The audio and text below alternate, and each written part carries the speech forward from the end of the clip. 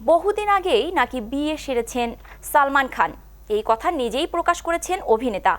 বলিউডের চিরকুমার সালমান খান কবে বিয়ে করবেন, এই প্রশ্নের উত্তর আজও খুঁজে চলেছেন ভাইজান এর অনুরাগীরা।